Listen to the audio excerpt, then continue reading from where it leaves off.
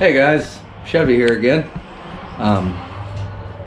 Well, I got some thread sealer and I already doped up the bolts. Got them all started in there, so I'm just gonna start running them down. So this is part 2 of the 350 rebuild, guys.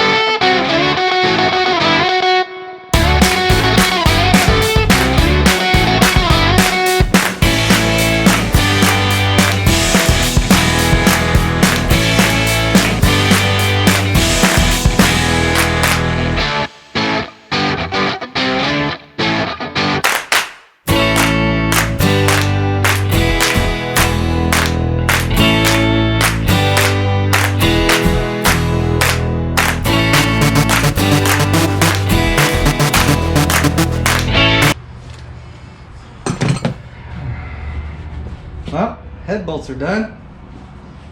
So, we can do valve train now, I guess. That's cool.